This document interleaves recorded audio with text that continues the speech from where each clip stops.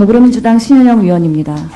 이사장님께서 오전에 보험료를 많이 내면 병원 가서 진료비를 적게 내고 보험료를 적게 내면 병원 가서 진료비를 많이 낸다고 말씀하셨죠. 근데 상대적으로 저렴한 대한민국의 진료비를 악용하는 사례들이 있어서 이를 지적하려고 합니다. 과다 의료 이용에 관해서 질의하겠습니다. 작년 한 해 동안 외래 진료를 가장 많이 받은 사례입니다. 21세 남자고요. 연간 진료 횟수가 3,062번, 1년에 151만 원의 건강보험료를 내고요. 3천만 원의 건보 재정을 소비하였습니다. 연간 3,000번 외래 진료를 이용하는 게 가능할지 상식적으로 납득은 되지 않습니다. 주로 한의원을 매일 10군데 이상 이용한 것으로 보입니다.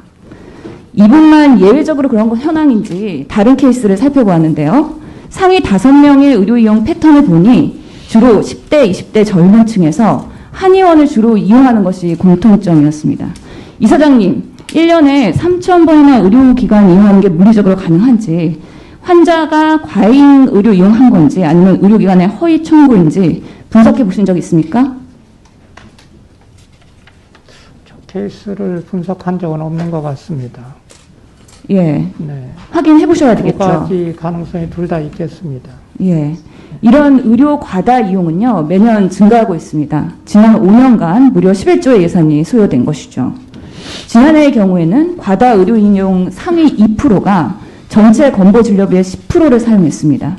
이사장님, 그 합리적인 의료 이용에 관해서 그동안 공단의 노력은 무엇이었는지, 그리고 과다 의료 이용에 대한 이사장님의 소신도 같이 밝혀주시겠습니까? 저 과다 의료 이용 문제는 앞으로 건강보험의 지속 가능성을 위해서 굉장히 중요한 그 항목이라고 생각을 하고 있습니다.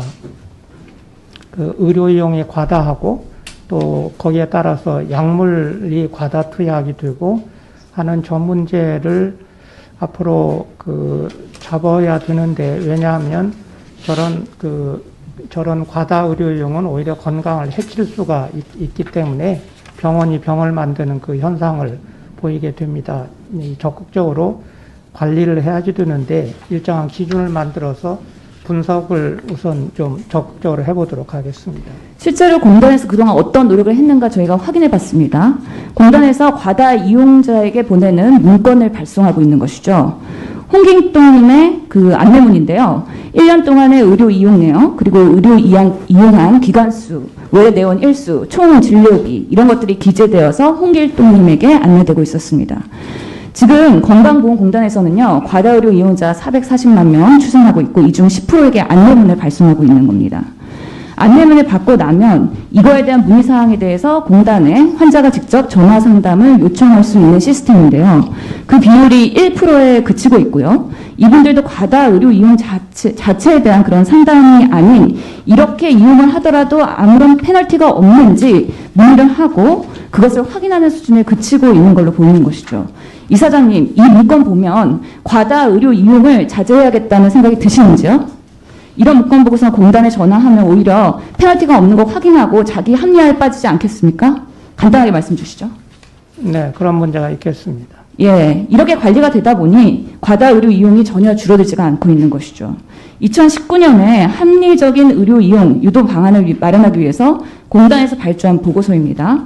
이 보고서에서도 같은 내용을 지적하고 있는데요. 과다 의료 이용자들이 공단에서 하고 있는 이런 합리적 의료 이용 지원 사업 인식하지 못하고 있고요.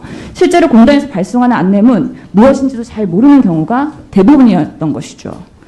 더욱 놀라운 것이요, 저희 의원실에서 이런 합리적 의료 이용을 위한 공단 정책 건의사항 없는지 물어봤습니다.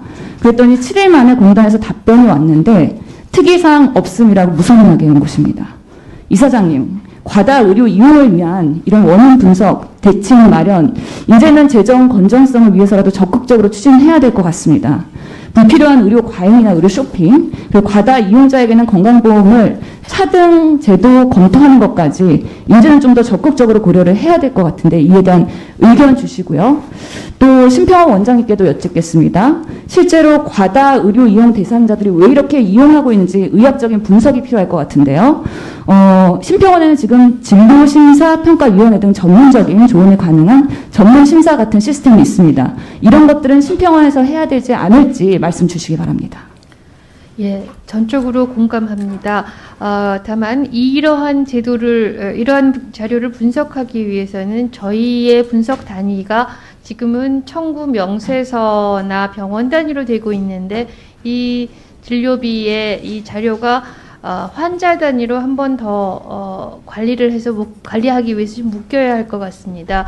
환자 단위로 의료 이용량을 제한하는 것은 지금 현재 저희 원에서 고려는 하고 있습니다만 직접 수행은 못한 부분이 있습니다.